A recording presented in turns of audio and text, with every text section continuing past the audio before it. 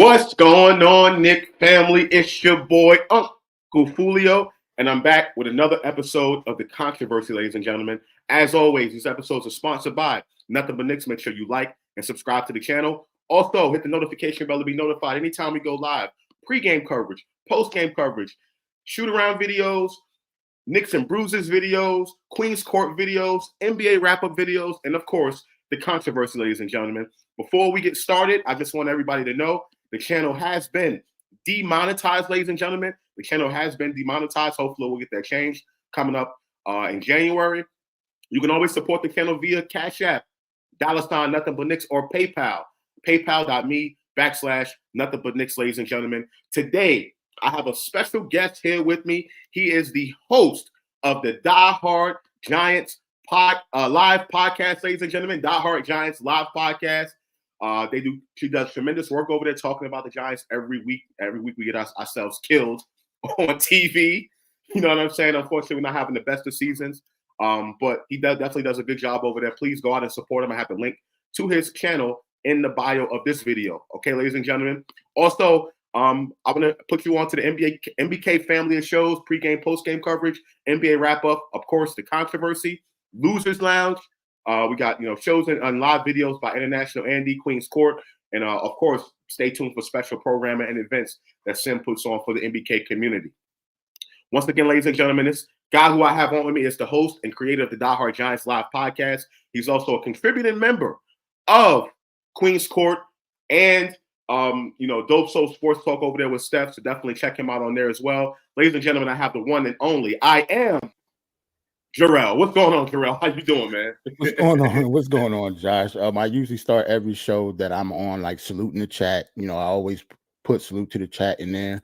So salute to them. Simmons always had a very, very big community when it comes to Knicks fans. So it's a privilege to be on this channel and a privilege to be on your show too, bro. Like I'm happy to be here. I appreciate it, man. Happy holidays. Merry Christmas to you and to all. Happy holidays. New Year's is coming up. I can't believe this 2023 just kind of flew by. Right. And we're already at the end of the year about to start a new one. So, yeah, man, thank you for being on. And let's kick this thing off. I think this topic and these topics that I'm going to talk about are very appropriate for what's going on with the team right now. The main topic of the video is going to be how can Dejounte Murray, or how would Dejounte Murray fit on this current Knicks roster? So I'll just start off with you. Mm-hmm. I'll have you basically talk about that a little bit and just talk to me about Dejounte Murray, your thoughts on him as a player, and then we'll take it from there. Dejounte Murray, when he was with the Spurs, I actually really, really loved his game. Obviously, he plays for the Hawks now, who is one of our rivals. We didn't face him in the playoffs when he was, since he's been on the Hawks, we've just went up against him in the regular season. But I love his game, man. He got his shooting down. His shooting percentage is up when it's come to the three-point line. I think he's one of the best defensive point guards in the league. He's good at playmaking. Sometimes he does have, him and Trey kind of butt heads a little bit sometimes in the backcourt because they're both playmakers. But for a fit for this team, I think he fits rather well because we need another ball handler. We always need that. It will slide Dante DiVincenzo to the bench. It will make a life of Jalen Brunson a whole lot easier. And he's a good defender, so that's a huge plus as well. And we definitely need that because my perimeter defense is kind of in the toilet right now. We'll talk about that later with another player that's currently on the roster. But when it comes to what type of player Dejounte Murray is, I think he is an all-star caliber player. He can go to the all-star team any given year. And I think he will fit very, very well on the Knicks. All right. I mean, so listen, I agree with you there with Dejounte Murray. He is a player that is all-star caliber. And I think that's very, very important for everybody to truly understand, right? Now, he's not going to be that player, that superstar player that a lot of the national media and some Knicks fans covet. I once was one of those people that coveted that kind of player, and I still do in a way. But I still do think the Knicks, it is an opportunity for the Knicks to get better if they were to bring in Dejounte Murray or any guard for that matter that has all-star caliber talent, right? I think with the plethora of guards that are in the Eastern Conference, it's very difficult for a lot of these guys to make all-star teams because there's just so many guards and the NBA is so talented. But as long as you have an all-star caliber talent, I think that should suffice based on what we currently already have, right? So Jerrell, just tell me, talk to me about where you think he can fit in this lineup. Now, we're not going to assume who's going to get traded, right? Because I think it's going to be the next thing, like who's going to get traded. Mm-hmm. But as far as all those things you mentioned, how do you feel Dejounte Murray fits with this current Knicks lineup, offensively and defensively? Like, obviously, if we bring him in, he's going to be a starter at the 2. He's better than every 2 guard that we have, in my opinion. Right. But how do you see the offense, his contribution to the offense, and also touching the defense a little bit more?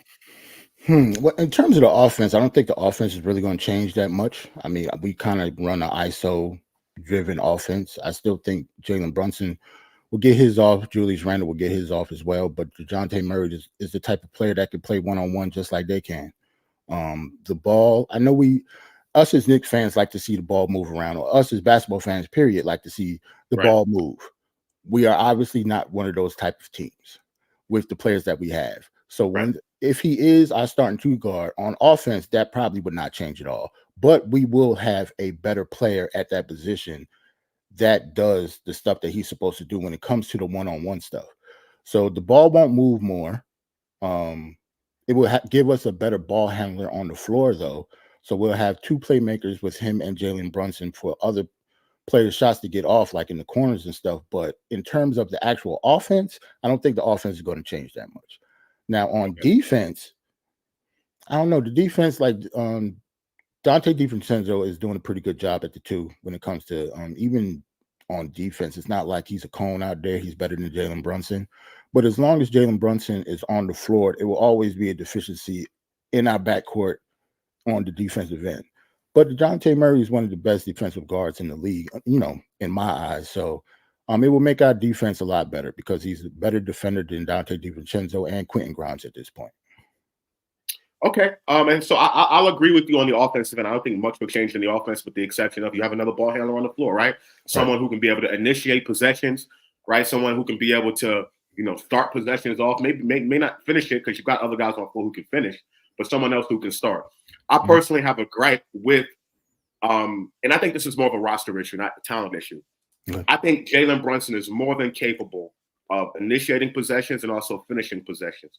But I think sometimes it's overkill. He does it too much, right? And that's when he kind of goes into some trouble. You see him, getting charges called against him, turning the ball over, doing a lot of uncharacteristic things. It's because I feel like sometimes he feels like he has to dominate the basketball. And I want to bring in another ball handler, whether it be at the 2 or the 3, to take some of that pressure off of him a little bit, turn him into a closer when we need him to, right? Maybe throughout the course of the game, you split possessions between that other ball handler and Brunson to initiate, right? Randall's going to get his in the beginning of the game, right? Brunson tends to take over more towards the end of the game, but I think in the middle somewhere there's going to have to be someone else to initiate the offense so that Brunson doesn't feel like he has to do everything. So I agree with you from the offensive end. Go ahead. I was just going to say, like you said, Randall's going to start off the game. He usually starts off the game with the ball, and he usually has the most shots in the first quarter, and Brunson in the fourth quarter. So I'm hoping if we did get somebody like Murray, that third quarter of death that we always face as a Knicks fan, maybe he could, after halftime, he could be the one who take over the third quarter. It'll free up Jalen Brunson for trying to do everything in the second half, and in the fourth quarter, they'll both have the ball at the same time, and Jalen Brunson will probably take the most shots because he's the most clutch, and he's the best shooter out of the 2. But yeah, hopefully Murray can, give us something to look forward to at halftime going into the third quarter. I agree with you there. 100%. I agree with you there. I think that point in the game is going to be has been a problem for the Knicks, just the third quarters in general. Them not being able to get points on the board. They could be start giving up these big runs, lose leads, or maybe our lead is probably cut down. Or if we're down, lead kind of gets expanded a bit, right? So I think the third quarters have definitely been a problem for us. As far as defensively, I agree with you as well. I think on-ball defender, he's better than DiVincenzo. I'm not so sure about Grimes. I don't know if it's that big of a difference. That is definitely eye-opening. But I will say I do think the Knicks are still going to have some issues, some of the same issues that they have defensively, even if they bring in Dejounte Murray.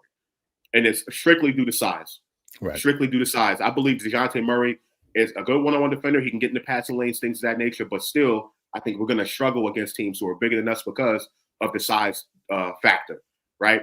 I don't think lockdown defenders at the guard spot are as valuable as they were years ago, right? Years ago. You know what I'm saying? Because I think teams are within their lineups, they're going bigger inside out, meaning from the small forward, outward, instead of it being a top down, meaning from the center all the way down to your point guard. It's a size differential. And I think the Knicks are kind of old school in that way. Maybe Tom Thibodeau is old school in that way, in which he feels like he has to have a center be the tallest guy on the court, then the power forward, so on and so forth. And I think NBA is kind of going away from that. So I still think it'll cause us a little bit of defensive problems. It always helps to have a guy who's a good all-ball defender. But I still think we'll have some of the same defensive issues that we have now. Let me just highlight some of these comments. Once again, everybody, thank you for tuning in with me. I know it's an off day for us, so I really appreciate you tuning in. I think Queen's Court's going to be on later, right, Jerrell? I think you did tell me that. Yep. Okay, so Queen's Court will be on later, so definitely check out Queen's Court later with the Queen. Jerrell will be there. I'll definitely be tuning in myself. Well, hold on. Not Queen's Court on MBK. Just nicking it on Dope Soul. That's okay. the show. Okay, gotcha. Just nicking it on Dope Soul. So definitely check that out. It should be later on tonight, I believe 9 p.m., I believe, when Steph normally does that show. So definitely check it out, and I appreciate everyone tuning in here with me. So let me just get some of these comments in here. Salute to my guy, Wiz. He says, my great-grandson, salute. Salute to you, my OG. Thank you very much. Let's see. David L., we need to get a guy and not get fleeced. Okay. I mean, we're going to talk about it. I don't think the Knicks are going to get fleeced for this particular deal. Let's see. They want too much for Murray, 3 guys and 5 picks. Nah, I don't think that's going to happen. No. Jet Life for life. Salute Josh. Salute Sim. Salute Chat. Salute to you, my brother. All right. Let's see. Shot Powers. What up? What up? What up? My guy, Shot Powers and Devon over there at Knicks Real Talk. Salute to you guys. And Kevon Burke, salute to you. Says, UnclefOOlio, I know we were doomed when you predicted that we would win against OKC. I mean, I don't know. Hey, man, some fans just want to go against you, Josh. You know how it is. Hey, man. I'm the bad guy, like Scarface. Dooney got it. RJ's about to get roasted with these two talking. You already know. He should get roasted with us two talking. He should get roasted with anybody talking up here, unless you just want to give RJ props for no reason. All right, let me get one more. Let's see. This is what I'm thinking. We need to get a big, small forward. OG Anunoby, Dejounte both fit. Brunson, Dejounte, OG, Randall, Hartenstein. I think that would be a really good lineup. Yes. I would really like that. I would really like that a lot. I think the Knicks have the access to go out and do it. So before we continue, I just want to highlight. So we both agree that Dejounte would be a good fit, maybe for different reasons. But I want to kind of bring this up so everyone can see what Dejounte Murray is making and what his contract is. So right now he's on the previous contract that he got from San Antonio. This is the last season of that, right around $18 million.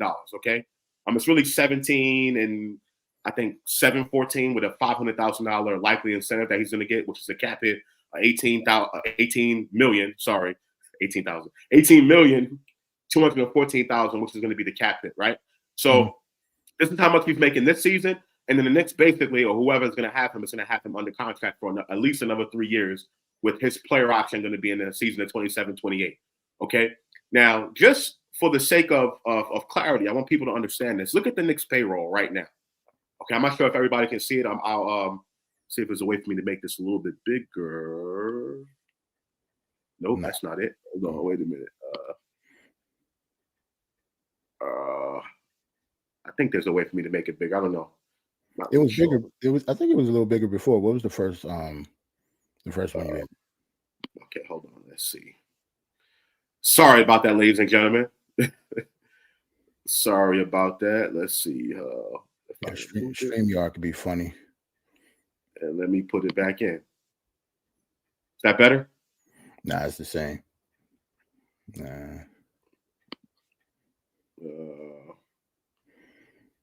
Is there a way you can zoom in on the actual site on your computer? No, I have it on the slide. I have it on a slideshow. I think it's fine. I think it's fine. Okay, so this is the Knicks salary cap, and this is what the Knicks are looking at. So altogether, I know this slide doesn't show that, but the Knicks right now are at $162 million in total payroll that they're paying out, right? The NBA luxury tax threshold is 165. So they have about $2.7 million in space before they hit that luxury tax. I don't think there's any doubt in my mind that the Knicks strategically are at this point right now. They're not into the luxury tax. They're right just below it. So they're not paying that luxury tax. And I think their contracts are organized in a way to where they don't have to do that. Now, if you look here on this board, right, top two players on the team, right? And as far as talent, as far as their money, is Julius Randle and Jalen Brunson making $28 and $26 million respectively this season, right? These two guys are all NBA, all-star caliber talents, and they're not making max money. They're not making max money, and we got them under control for this season, and at the very least next season afterwards, which they can opt out and attempt to get more money, particularly Julius Randle. He's going to opt out and request the max. It's going to happen, ladies and gentlemen. I'm going to prepare you for it. He is two-time All-NBA, probably going to be 3 this year, maybe even 4th next year. He's going to ask for All-NBA money. And I think he would deserve that money if we so choose to give him that, right? Jalen Brunson, same thing. Jalen Brunson will make an all-star team this year at the very least. I'm not sure about All-NBA because of politics, and there's a lot of good point guards in the Eastern Conference, believe it or not, 4 other ones that he has the same numbers, 2 of which have better records than us, right? So at the very least, I believe he could make an all-star team, but All-NBA I don't know about. Regardless, he's going to probably opt out and ask for more money, okay? So right now the Knicks have a golden opportunity to bring in a player who is also all-star caliber and not making max money. I just pull up Dejounte Murray's salaries again. Look at his numbers. Look how much money he's making. That is nowhere near what max money is. In fact, that's about half of max money. And you have an opportunity to bring that player in here for that type of money. I think that is great. And I think the Knicks should do whatever they can to maximize the amount of talent that they have in here that they're not paying on max money. So Jerrell, just give me your thoughts on this Knicks salary cap structure based off what you see here, and what do you think the Knicks can do with this? See, since we are on the controversy, I kind of wish I did disagree with you. So I'm trying to figure out where I could disagree with you at, because I agree with everything you just said. Dejounte Murray slides in right between those two especially when it comes to next year. Yep. The 2 on the top. Randle, I do agree with you with the max. The only reason he might not get the max, maybe because by that time he'll be over 30, but that doesn't mean, like, I don't know, the Blazers can just pull the Brinks trunk on him and just give him max money because they don't have a star period over there. So like it won't just be the Knicks going after Randle. Randle will be sought after by a lot of teams, especially bad teams that need a star, because stars don't become free agents often. I agree with everything you just said. Like he fits right in, and look at the rest of the roster. It's almost a move. If we can do it, we should do it, because I don't see another superstar shaking loose and being on the roster, regardless if it was this year, next year, or even the year after that. I don't see any superstars. I guess you can't really think about superstars in terms of if they are going to shake loose. Like if they are going to, it'll come like in real time. Like I don't like the fact that we, like as Knicks fans, we always have to have a crystal ball who's going to come here next summer. Right. So if he's available to get at a reasonable price, you should get him. I agree. I do want to point out also Julius Randle. I think Julius Randle will be sought after, like you said, at that max money. But you got to think, right? You have to think. Teams in the NBA, seldom are teams playing the whole wait for free agency game anymore, right? Because you only have a handful, I want to say less than 4 teams out of the entire association that have cap space to sign players outright. Not many teams, for the majority, most of the teams are over that soft salary cap that's at $130-something million. Most teams are over that, right? So, and on top of that, for the Knicks can't afford to lose Julius Randle, in my opinion. I think that would be a regression. Because who are you bringing in? If you lose Julius Randle outright to free agency, if that even happens, or even a trade, who are you bringing back to replace his production and what he gives us in the front court? And I just don't think the Knicks would be going forward unless you're talking about a Giannis in a trade or something like that. But why would Milwaukee do that? He's making twice the amount that Julius Randle is going to make. Julius Randle won't even make that money that Giannis is making, $60 million or something like that, even if he gets a max contract. You know what I'm saying? So I just don't see any path that the Knicks are going to let Julius Randle walk out the door. I think they're going to sign him at all costs and give him what he's asking for, in my opinion, personally. But to some Knicks fans, they probably won't like that, but I just think that's the case. And they've already laid their bed with Julius. They're already ready. You know what I'm saying? To give him that money. Like it seems to me, real quick, it just seems to me the only person's salary who looks out of place is the next person that we're going to talk about, this subject. So when it comes to him at his age, with his age, it looks good, but with his production, down the line when he becomes like 25, 26 years old, that number will be kind of high if the production is the same as it is now. Okay, and I promise we're going to talk about that. I did highlight Evan Fournier's number though.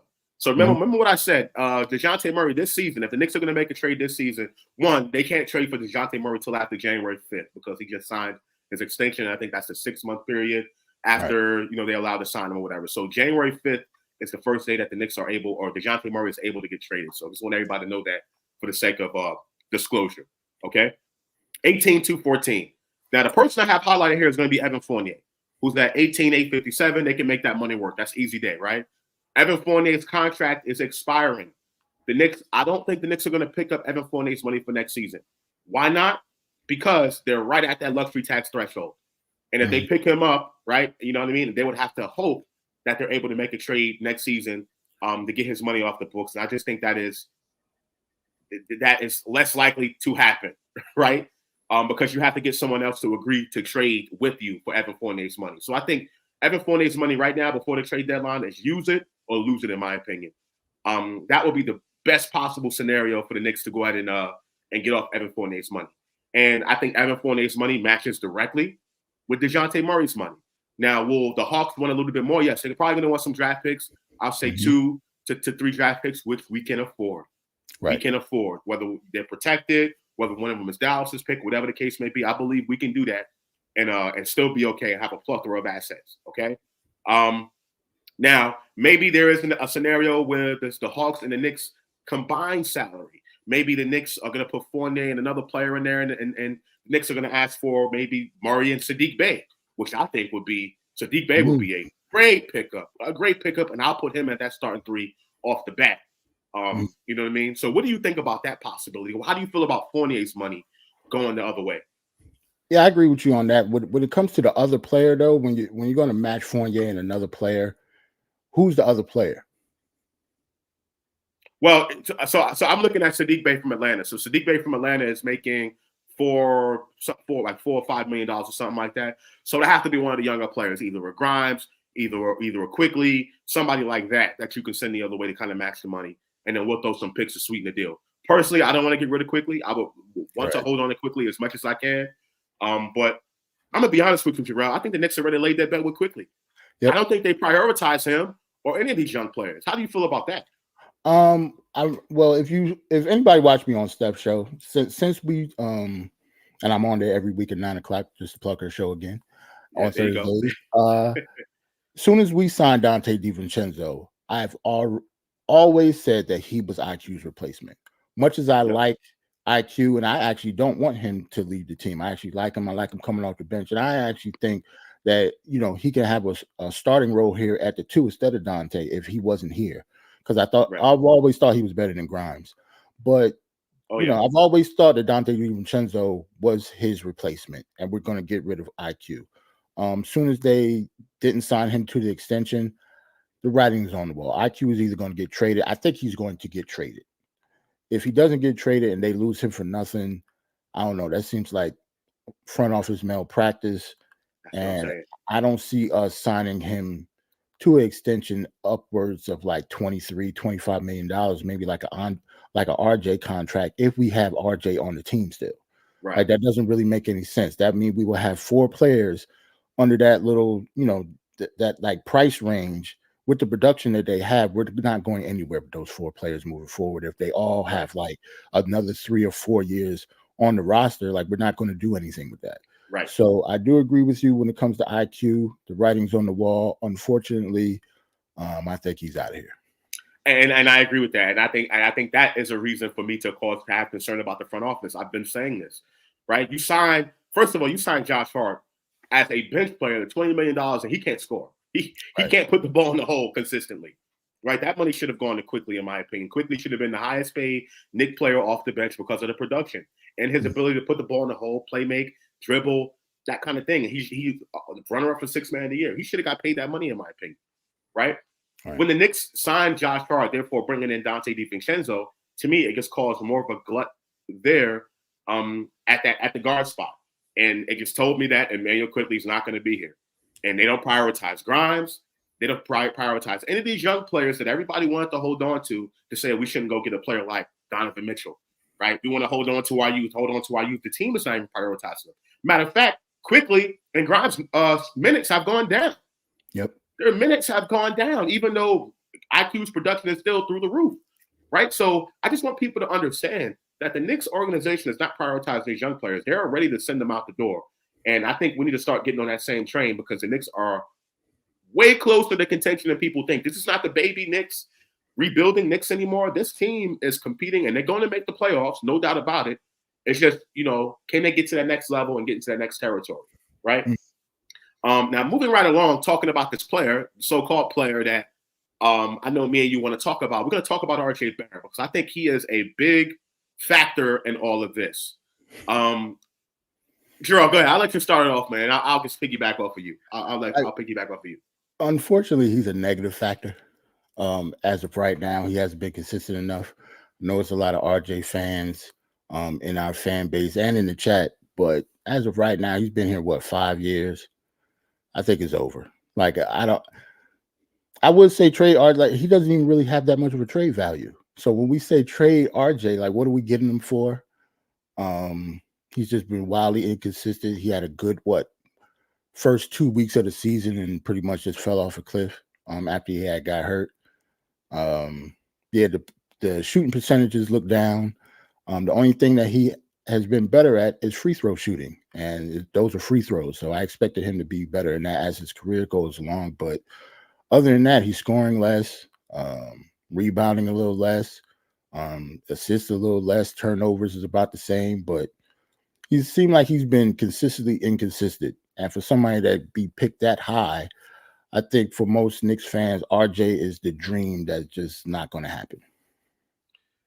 Unfortunately, I agree with you. But I've been saying this, as you know, and a lot of other people have known, I just never thought he was that good. I mean, I think he could be a good player in the league. I think he still is a good player. But I just don't think for where the Knicks are right now, and I just don't think he has the skill set to complement what we have going on right now. So you mentioned that you would rather see RJ Barrett go on the trade for someone like Murray. Can you explain why, and why do you think that will work? I guess maybe because, like, for what we have, like, say if they do put Dejounte Murray on the market, like, I don't know. I think as Knicks fans thinking that we will automatically have the best package to get him, it's kind of far-fetched. Like, somebody else can definitely swoop up and get Dejounte Murray with a better package than we do because our roster isn't really that good to me. Like, so in order for us to get a player of that caliber, somebody like RJ might have to go in the deal because they would want somebody other than like Evan Fournier, Grimes, and some picks. Who the hell is going to trade Dejounte Murray for that? Like, I wouldn't. This is in 2K. Like, so you would have to give up like at least one starter, and that starter seemed like it would have to be RJ. If I'm the Atlanta Hawks, I'm not giving you Dejounte Murray for IQ, Quentin Grimes, and 3 first-round picks. I need a starter back. Because if I'm the Hawks, if I don't get that back, what exactly am I doing? Like, what was the purpose of trading Dejounte Murray then? Because the production that you're going to get from that deal, if they do just get Evan Fournier and Grimes and some picks, it still wouldn't equal up to what they give out. So yeah, like, seem like it's not like I would want RJ to go in that trade, because if we do trade him, I will hope that he went for a superstar, because we run out of players now once we get rid of IQ and Grimes. RJ will be the only trade chip left other than the picks. So I don't know. In order to get Dejounte Murray, that's the caliber of player. If he's going to be an all-star caliber player, RJ will have to be in that deal if the other team will want to make that deal to me. Like, I'm not thinking as a Knicks fan. I'm thinking about what the other team is going to ask for. Gotcha. So here's why I disagree. And this is why I don't think it's in the Knicks' best interest to trade RJ for a player like Murray. Okay. Because if we trade RJ, who the hell are we going to have playing the 3? Who are we going to have playing the 3? Is Josh Hart going to play the 3? You know what I'm saying? And listen, I am not saying we need to keep RJ at all costs. I'm saying for this particular deal, I wouldn't include RJ in it. I would include Fournier and one of those guards, maybe IQ or Grimes or somebody like that we can that we can be able to. And somebody in the chat says Murray plays the 3. I don't want Dejounte Murray at the 3. He's too small. Yeah, that's the reason. That's one of the reasons why I want RJ out the 3, because he's too small. Okay, so here's the thing: if they don't accept your offer though, with Fournier, Grimes, and picks, or Fournier, IQ, and picks, and they want RJ, are you walking away? No. Okay. I guess that's why that's my point. I think they're going to ask for RJ, and I'm not the type of person that will walk away or give up RJ. RJ will have to go. I understand that. I completely understand that. But I just think trading for Murray, losing RJ and a trade for Murray puts our roster at a little bit more of a disadvantage, right? Because we're gonna need somebody to play the three. And I don't believe Josh Hart is that guy, unfortunately. I can't imagine a lineup with Josh Hart out there, DeJounte Murray, Brunson, and Rand. That is I don't like ugly. That. Right. Ugly. You know what I'm saying? Now here's the thing, and this about back to RJ Barrett. If I'm going to move RJ Barrett, it's going to be for somebody at the 3, not for somebody at the 2. I'm not saying DeJounte Murray won't fit, but it's going to have to be for somebody taller at the 3. Mm-hmm. For the life of me, I think what this team needs to go to that next level right now is somebody that can play the 3, 6'8" or above, that can put the ball on the floor and pull up. I think if the Knicks can get a player like that, I like Saddiq Bey personally. He's somebody that, because he plays in the Hawks, I think he'll be a good thing, but like an Ingram type of player. I like Tobias Harris. Philly's not trading Tobias Harris, so whatever, because they're contending right now. Right. Jeremiah Grant from Portland. I think that he would fit. I can plug him into that 3 spot right there. And I think that team right there, that team can contend, in my opinion. They can go up against a Boston or Milwaukee, because think about it. And people are not kind of realizing this. The Knicks are small. Right. Even when we had Mitch, that 3 position is very small. You got teams out there trotting out 6'10", 6'9", 6'10" at the 3 position. We are small. I think that's the biggest reason why we have trouble from defending the perimeter, because this ice pick and roll, drop coverage type of defense, and we're leaving these guys wide open. We can switch some of those if we had that length at the 3 position. You know what I'm saying? So I think that's where we need to improve the most. Not saying that I wouldn't like any type of ball handler, Murray, Donovan Mitchell. I would love those guys. They can come in and do that part of it. But I still think defensively we're going to struggle because we don't have size, right? And I'm not talking about size in the front court, like the center position and all that, because I think the NBA is different now. You got to have size in the middle of your lineup so that you could be able to just switch. Boston does it. Milwaukee does it. Minnesota does it. OKC does it. Look at that size they got, 6'10". 3 out of 5 of their starting lineup, 6'10" on the floor. Mm-hmm. The Knicks can't play that way, and they can't play a slower defensive style with those teams, because in the half court, the Knicks won't be able to score. You know what I'm saying? Right. So that's just where I'm coming from with RJ. I mean, I agree with you. RJ Barrett has been dreadful. I think he is the reason, the problem. No ball handling at that position. His catch and shoot numbers are dreadful. They started off great, but now they're bad. And defensively, he's going to be a liability because other teams are going to chop somebody that's 6'10" out there, and he's going to have to defend that player. So I agree with you from that standpoint, but I just don't know if a Murray or a Donovan Mitchell will vault us to that next level because of the size difference. How do you feel about that? Well, if that's the case, I do agree with you. But if that's the case, you will have to do the RJ trade first before you try to get somebody like DeJounte Murray then. Like, you need to make the wing trade first, because then whatever you have left over, that's when you try to get DeJounte Murray. Right. But what if I'm just thinking, what if it just don't happen like that? What if the Hawks be like, you can have DeJounte Murray right now. We want this, this, and this. Do you walk away if RJ is one of the things that they say, knowing that you need a wing later? Like, that's hard to do. If they're going to give you DeJounte Murray, like the deal is in place, would you walk away if RJ is in it? Well, I mean, I would consider it. Okay. Reason being is because, listen, let's say the deal that you're talking about, because RJ makes more than DeJounte Murray right now. Mm-hmm. So they're going to have to, the Hawks actually going to have to add a player, right? So maybe we can get a Saddiq Bey. Maybe we can get a Saddiq Bey back in that type of deal, put some picks in there, and boom, we're good to go. You know what I'm saying? Because of RJ's money. You know what I'm saying? So maybe we can do it that way. The problem is going to be, we already have too many guards as it is. So you got to send out a guard. You know what I'm saying? Because if DeJounte Murray comes here and we keep Quickly, we keep Grimes, we keep DiVincenzo, these guys, their minutes is already cut as it is. So where are we going to find time for all of these guys? You know what I'm saying? Like, it's just it's tough. And I think the Knicks put themselves into this position all because they signed Dante DiVincenzo and them give quickly his money. Right. I think that's what literally started this chain reaction.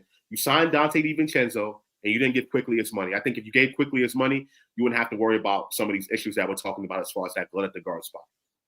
You know what I'm saying? So, but yeah, I agree with you. I mean, just looking at RJ Barrett's stats right now, what he's averaging: 22 points per game, shooting 42% from the field, and what's that from three? 33% from three. I mean, he has been completely abysmal.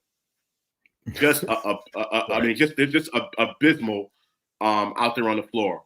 Like how is RJ helping us?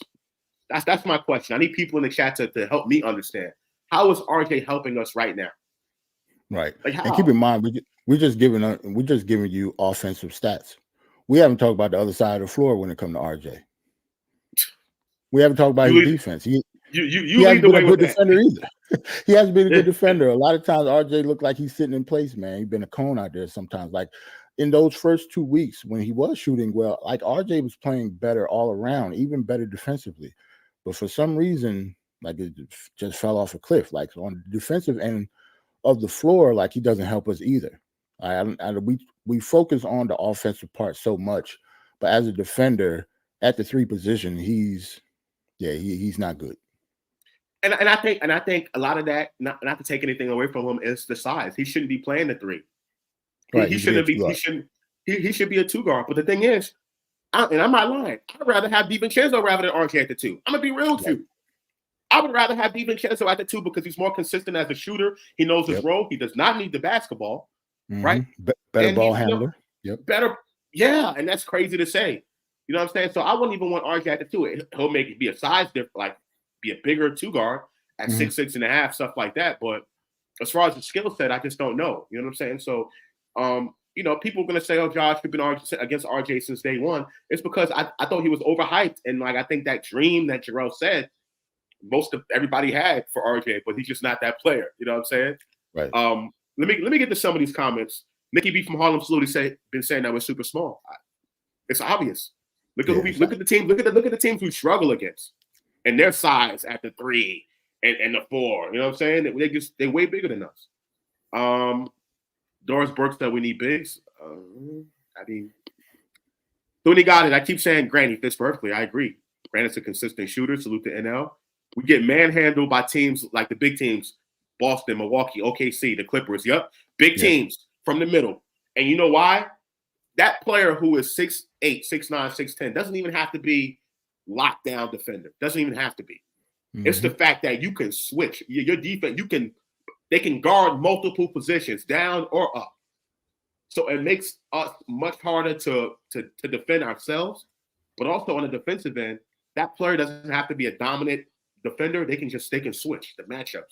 You know what I'm saying? So that's why. And there you go. Those are the teams that we've been losing to this entire season. Right there. Let's see. Also, suppose Randall goes down with an injury, who's going to replace him? That's a good question. That's a very, very good question. But if Randall goes down to an injury, the Knicks don't have a chance anyway. So yeah, it don't matter. Yeah, it wouldn't matter. Shabriel, aside from my size, the Knicks' biggest problem is Tibbs. He's not invested in our youth, and he's horrible with situational coaching. See, I thought he was invested in our youth last year. I thought he was, but the front office, you know, bought in more veterans. Right. You bought in Dante DiVincenzo, you got rid of Obi.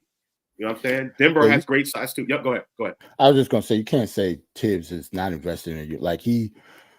Well, I guess RJ got here a year before he got here, and RJ's been starting, you know, all Tibbs tenures. So right. He gave IQ shine as a rookie. He gave Grimes shine as a rookie. Even Obi, he gave a small chance, even though he was backing up Julius Randle. So he really couldn't give Obi a chance like he wanted to. But he has given, you know, kids a chance, but the kids just aren't as good as we think they are, I should say.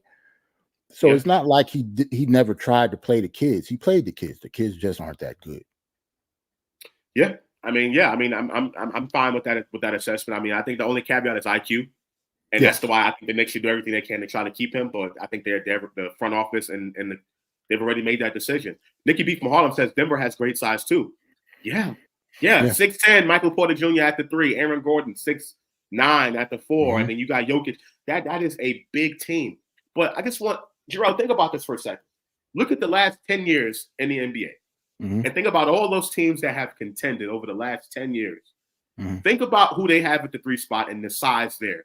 The only caveat I would say is Miami. That's the only caveat because they play tough, whatever. But think about it. All the teams that contend. You got Boston. You got Milwaukee. You got the Warriors. They're just so big at the wing spot. You know what I'm saying? Like, you're so huge and they can defend there. They can switch easily. You know what I'm saying? And I think that's what the NBA is going towards nowadays. And that's why OKC is going to be a problem for a lot of teams in the West. They're going to be scary. That kid Jalen Williams, what he did last night to us, they're going to be scary. We did RJ. Yeah. RJ specific. There you go. The size difference. So just what do you think about that? Like, think about the last 10 years of contending teams and who they have on the floor. It almost puts me in a bad mood, Josh. I don't even know why you thought why you asked me that question, man. It's because like this team, it just puts a spotlight on how badly constructed this roster is. Yeah. Like RJ is our biggest wing at 6'6". Right. Yeah. It's just that like the front office isn't doing a good job when it comes to current NBA roster construction. And Tibbs is the type of coach that he wouldn't care. So it's not like we still win games, but in a 7-game series, we'll get killed by any of those teams, I think. I agree with you. I agree with you 100%. So just kind of looking at this. So what is your best way forward? Like, let's say, you got Murray on the table, you got Donovan Mitchell on the table, OG Anunoby on the table, Jeremiah Grant, who we mentioned as well. What is your best course forward for this team? Because I don't want people to get confused. We're not talking about this team like this team is completely horrible, right? They're playing good basketball. They're winning during the regular season. I think ultimately this is about the Knicks contending and getting to that next level. And I don't want to hear that, you got to crawl before you walk and all of that. The Knicks have made the playoffs 2 out of the last 3 years. They're going to make it again this year. Now it's time for us to take that step. Right. There's ain't no use of waiting. And another reason for that, like I said, with these contracts I'm about to put back up here on the screen, look at these contracts. The Knicks don't have a single max contract on the roster, and they're basically are a consistent playoff team now. They're going to make the playoffs again. And you got Randall and Brunson next year under contract before they opt out and request more money. You can maximize that time with those 2 players not being under a max contract right now. Right. So this is the next step in the next process to go ahead and make a move. And then you can consider Evan Fournier's contract using it or losing it, in my opinion. So what is your best foot forward in order to take the next step for the Knicks to contend in the East? We're in a tough spot. Well, the front office is a tough spot because we kind of like in the middle of the road. Some would call it purgatory. You know what I'm saying? Like, unless you want to go backwards, and going backwards at this point, I don't know, would just be nonsense. They should all be fired if they go backwards. They almost have to go forward. They're hoarding all of these first-round picks for no reason. Yep. The superstar isn't coming. So I like I said before, I don't want to have a quick crystal ball as to what superstar is going to shake loose from their team for us to go and grab them. I don't think it's going to happen. It hasn't happened in forever. Like, every season we talk about the same thing. The Knicks is trying to be available or get a roster spot available for such and such. There's always trade rumors. There's always a superstar linked to us in the summer. That has to go away. Getting somebody like Dejounte Murray, OG Anunoby, which I think is not going to happen just because the team that he plays for. Right. I think we're currently in a court proceedings with Toronto, so I don't think a trade is going to happen between them. But somebody hopefully it's done soon. Hopefully it's done soon. Right. So it would have to be those caliber players. They have to be all-stars or all-star caliber players between the ages of 25 and 30. That's not making max money. That's not making max money. Right. Like, it has to be like you have to almost have a crystal ball trying to get one of these young guys in here to think that they're going to leapfrog to be a superstar in the future. Somebody like Brandon Ingram, somebody like OG Anunoby. Like, I don't think they're going to be superstars, but they're going to be right at the verge that it can actually happen. Like, it's a possibility. Dejounte Murray can be an all-star caliber guard for the Knicks for the next 3 years. But if we're just going to sit there and try to wait for Embiid to shake loose, Devin Booker, I don't know, somebody between that 25 to 30 that is making max money, they're not going to lose. They're not getting away from their teams. Like those teams aren't going to give those players up. So in order for us to move forward to get better, we have to make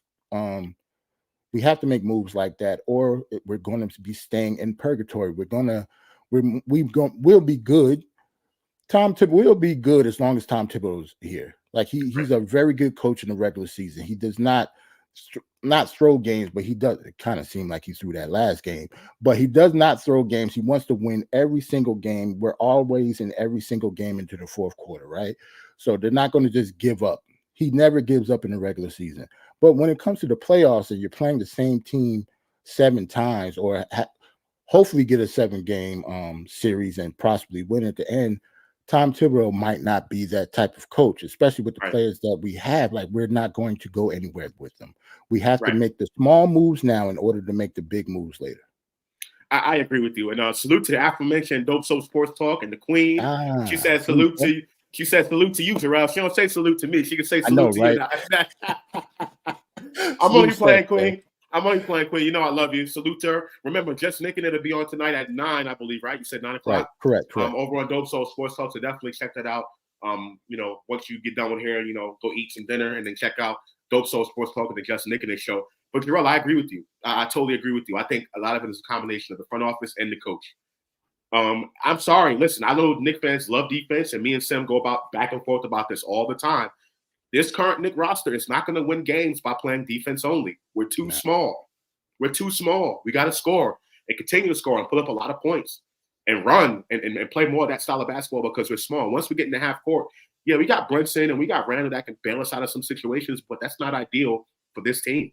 I think if we have more size, particularly at that 3 spot, then it can work. It can definitely work. We can compete with a Milwaukee or a Boston, or Philly. But those teams are just too big in the front court. Definitely at that 3 position as well. So I agree with you. Salute to my OG J Boogie in the house. He said, if Jeremiah Grant and Murray and start lineup with Julius and Jalen, we can do some things. No doubt. That lineup would be scary. That would be a scary, scary, scary lineup. How can we skip the last 2 drafts that was ordered with wings? Like, what are we doing here? I agree. This is why I think Knicks fans need to understand when I say that I'm willing to give up some draft picks, it's not just saying that for me. Look at what the organization has done, particularly this regime when it comes to drafting players. Look at what they've done. They don't prioritize them after we draft them. They don't. Now, we can talk about Mitch and we can talk about RJ, but that was the previous regime. Mm-hmm. As far as this regime is concerned, Obi, number 8 pick, gone, traded for 2 second-round picks. Mm-hmm. Gone. IQ, they haven't given him a contract yet they paid Hart and they paid DiVincenzo. Grimes, his minutes gone down. IQ's minutes gone down. Like, what have we done with our first-round picks? You know what I'm saying? And then the icing on the cake, once the Knicks start winning games and winning in the playoffs, you're not going to be drafting that high enough anyway. So why are we stuck in this whole thing about the Knicks need to continue to draft and all that stuff? That the organization has already laid their bet. I wish it was different, but unfortunately, that's not the case. Let's get a couple more of these comments in here. We're coming up on 50 minutes. We got about 10 more minutes to go. And then we'll end it off. We'll end it off. Knicks Nation 112 says RJ should play more at the 2 and 3. RJ is more valuable to this team than IQ. It's like entry-level worker and manager. The entry-level work is better in their role because less is expected. I disagree. Yeah, I disagree with that too. Disagree. RJ is not a better scorer. He's not a better scorer than Emmanuel Quickley. I'm sorry. RJ can't get his own shot like Emmanuel Quickley. RJ can't shoot like Emmanuel Quickley. RJ is not a better defender than Emmanuel Quickley. Like, what are we saying here? Like that move that Tibbs did last night? Come on, man. Come on. Yeah. Come on, man. All right, Josh, I think Tom Thibodeau's biggest problem with this team, and it's been with every team he's been on, he can't adjust at halftime on the playoffs. This has been going on since he's been here. Yeah, he's stuck in his ways. All right, so, Jerrell, just to finish it off, just tell me, moving forward for the rest of this season, do you expect the Knicks to make a trade at the deadline, before the deadline? Do you expect them to kind of stand pat and keep whatever we have? What do you expect them to do? And how do you think the Knicks are going to basically continue on with the season with the injury to Mitch and different things like that? How do you expect the Knicks to get through this season? To me, it seems like a trade almost has to happen. unless the front office is okay with us just losing in the first round again and losing IQ, like IQ almost has to go. Like much as I hate to see him go because I actually like him, like I said before, as soon as they signed Dante DiVincenzo and he's in the starting lineup now, I don't think that he's going to give up that starting spot. So IQ is just going to be on the bench again, one of our best scorers, and not get an extension and lose him for what? And if we didn't lose him, we'll have to sign him to a contract that's probably not good for us for any guard coming off the bench, especially since we just gave Josh Hart all that money. That's what it is right there. That right, like, there. If we didn't, if we did not sign Josh Hart, then I can see this happening. You know, I could definitely see us signing IQ in the offseason.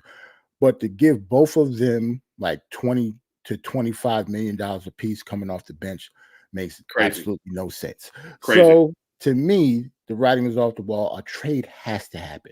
I don't know for who yet, but it seems like IQ and I much as I want to say hopefully RJ, because it's not like I hate RJ, he's just not playing well, and I don't think he ever will, you know, fulfill the dream that I said that Knicks fans have of him. Right. So hopefully RJ and IQ will be gone by the trade deadline, and we can get some upgrades at the wing position, like you said. I agree with you. Another wing that I want to put out there as well, Kyle Kuzma is another one, someone I've been looking for. 6'9", 6'10". You can plug him in at that 3 spot. Right. DC ain't going nowhere. He's another player that I feel like we can trade for. And he seems like the type of player that needs the kind of structure that we have too. Yep. Like he needs the leadership. Washington is Washington. I don't know if anybody has watched him play, but they are all over the place with him and Jordan Poole. So like Kyle Kuzma would definitely be a wing that I could go after. What the price would be though, I don't know. Like IQ, that'd be going home for IQ. So maybe Kyle Kuzma for IQ, you know, Evan Fournier and a couple picks, maybe. You know, that'll give us our 3, and then maybe do the rest to try to get Dejounte Murray. But yeah, Kyle Kuzma, I like that idea. Yeah, all about the size and the length at the 3 spot. That's what I'm about. So I like that definitely. Yeah, just everybody, thank you for tuning in with me. Like I said, I got Jerrell from DieHard Giants here with me. Jerrell, let the people know where they can find you. And you know, whatever you got coming up. Salute to everybody in the chat. A lot of you not know me anyway, just from watching Steph's channel. You know, like I said earlier, it's always a privilege of coming on MBK because Sim has such a big community and different branches from his original show, Nothing But Knicks. So I'm on Steph's show every Thursday at 9:00 at Just Nicking It. Every Sunday, maybe not every Sunday, but every Giants game. I skipped the last game against Philly because it was Christmas. I had some family stuff going on, but every halftime around the start of the third quarter, I'm on live every game, every Giants game, win or lose, it doesn't matter. It's been a very, very tough season if you are a Giants fan, as you know. No matter who the quarterback is. Doesn't matter. Doesn't matter who the quarterback is. I'm still rocking third quarter a lot of times. For the most part, Steph usually joins me to talk football on there. Eru from DieHard Knicks, my DieHard brother in arms. He's usually there, especially when the games aren't on Sundays because he works Sundays. So like usually it's me, Steph, and Eru, or me, Steph, Andy from Poland. You know, is like 9 hours ahead of us, and he still ends up catching some of the early games when it comes to the Giants if we play it at 1:00. So I'm there every Giants game, DieHard Giants Live. A lot of times I do have separate videos trying to they're called look aheads for the next game of the week. I stopped doing that because we was losing. But for the most part, I'm live every week. You'll catch me every game, start of the third quarter. I usually hit live. And you know, it was great to be on your show. I was meaning to come on here, but usually I'm working around this time. I got family stuff going on, so I'm off all this week. So I was able to catch one of the early shows. I usually am on Steph's show because it starts so late. Next, I want to get on Tony's show because I haven't been on Knicks and Bruises, man. He usually goes on around 6:00, and I'm usually doing something. But yeah, anybody on MBK's, what would you call it? That branch of the family tree, of shows. Yeah, family of shows. Thank you, family of shows. Anybody on there, you can possibly see me on any of these shows, man. Like I'm cool with all of these people. I think Josh is the only one I haven't met in person yet because you're in North Carolina, right? No, I came for the Detroit game or season opener. Was it last year? Oh, did you see? I wasn't there, but I came like they had like the. You were there. You were there. I met you. I'm telling you were there. Yeah, yeah. Oh, I don't even remember that. That was last year. Through all the margaritas I had, I definitely remember. Yeah. All right, but yeah, so I did meet you in person. That was that one time. But yeah, usually Sim throws good events too at Legend. Yeah, so I love the channel, love the community. Salute to everybody, and y'all have a good night. I'll see everybody at Thursday tonight, 9:00 on Dope Soul. Yes, appreciate it, Jerrell. And again, MBK family of shows, they're right here on the screen for you, ladies and gentlemen. Please like and subscribe to the channel. Also, hit the notification bell to be notified anytime we go live, pregame coverage, postgame coverage. Also, as you see at the bottom of the screen, that banner that's going across, please support the channel, ladies and gentlemen. We have been demonetized. $ nothing but Knicks on Cash App or PayPal at paypal.me/nothing but Knicks. So, Jerrell, thank you so much for being here with me. Always a pleasure. Guys, make sure you go out and check him out on Just Nicking It tonight on Dope Soul Sports Talk. Also, like and subscribe to his channel, DieHard Giants Live, every Sunday, anytime the Giants are playing. All right? So for Jerrell, this is Josh, a.k.a. UnclefOOlio for MBK. This is The Kontroversy, and I'll see you the next time. Peace.